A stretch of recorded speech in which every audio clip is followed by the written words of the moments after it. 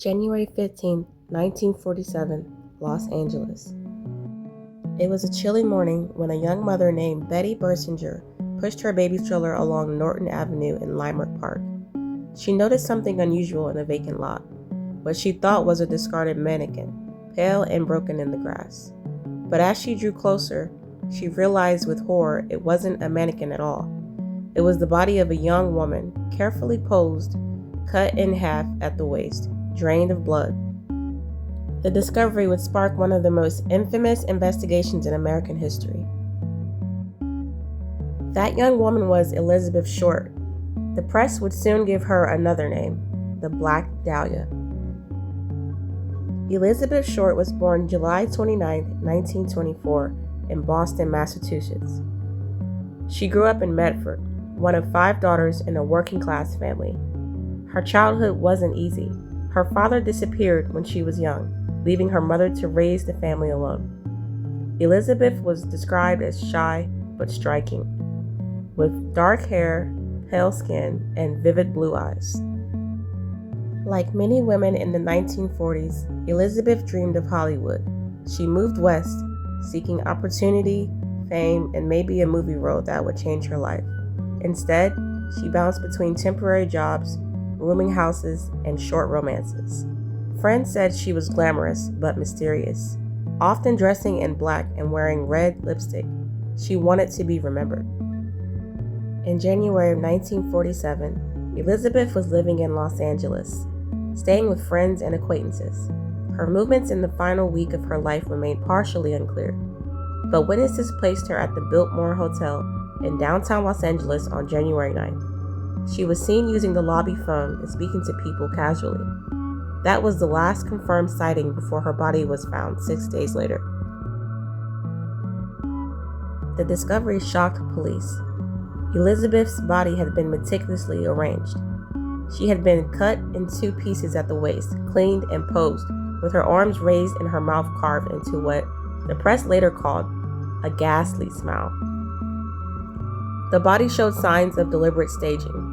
Detectives realized immediately they were dealing with a killer who wanted to be noticed. Crime scene photos leaked to the press, which created a media frenzy. Headlines screamed across Los Angeles newspapers. Reporters flooded the police station, and the city became obsessed with every detail of the case. The 1940s were the golden ages of the tabloids. Reporters competed viciously for scoops. The Los Angeles Examiner went so far as to contact Elizabeth's mother in Massachusetts, pretending that Elizabeth had won a beauty contest, just to keep her on the phone while reporters extracted background information for their story. When the truth came out, her mother was devastated. The press gave Elizabeth the nickname, the Black Dahlia, inspired by her fashion sense and recent noir film, The Blue Dahlia. The case became sensationalized, with rumors, exaggerations, and false leads printed daily. The LAPD launched one of the largest investigations in its history. Over 750 investigators worked the case. More than 150 men and women were questioned as suspects. At one point, the police considered almost every doctor in Los Angeles because of the surgical precision used on Elizabeth's body. The case quickly grew colder as leads dried up. Letters began arriving at newspaper offices, supposedly the killer. Some included personal belongings of Elizabeth, like her birth certificate and business cards, confirming the sender had access to her things. The letters were signed, the Black Dahlia Avenger. Handwriting experts examined the notes, but no definitive match was ever made. That taunting only deepened the mystery. Over the decades, dozens of suspects have been proposed. One of the earliest was Mark Hansen, a nightclub owner who knew Elizabeth. His name was found in her address book. He admitted she stayed at his home, but police never found enough evidence to charge him. Another prominent suspect was Dr. George Hodel, a wealthy physician with a dark reputation. His own son, Steve Hodel, a former LAPD detective, later wrote books arguing his father was the killer.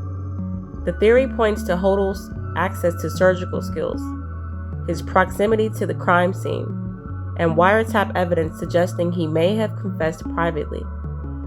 Yet, official charges were never brought. Other suspects included transient men, former lovers, and even figures connected to organized crime. Each theory had gaps, and none ever produced evidence strong enough to hold for a conviction. The Black Dahlia case became more than just a homicide investigation. It turned into a cultural obsession, inspiring films, novels, TV shows, and endless speculation. The brutality of the crime, the mystery of Elizabeth's life, and the aura of 1940s Los Angeles created a perfect storm for myth-making. At the center of it all was a real young woman. Elizabeth Short wasn't a noir character or a tabloid invention. She was a daughter, a dreamer, and someone whose life ended in unimaginable violence. The tabloids often painted her unfairly as a party girl or a drifter, but friends described her as kind, hopeful, and longing for stability. The case remains officially unsolved today. Every few years, new theories resurface. Documentaries revisit the evidence, amateur sleuths pore over crime scene photos, and LAPD files, searching for overlooked clues. Part of the fascination is the theatrical nature of the crime itself, the staging, the letters, and the audacity. Another part is the era. Los Angeles in the 1940s was a city in transition, full of glamour, corruption, and ambition. The Black Dahlia case symbolizes both the dream and the nightmare of Hollywood. On that January morning in 1947, a young mother thought she saw a mannequin discarded in a field. Instead, she stumbled upon a mystery that has haunted Los Angeles for nearly 80 years. Elizabeth Short's story is more than just the violence that ended her life.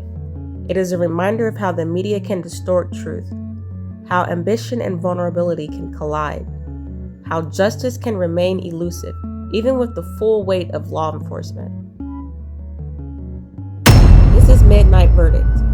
Subscribe for more cinematic, fact-driven true crime. And let us remember Elizabeth Short, not as the Black Dahlia, but as a young woman who deserved so much more.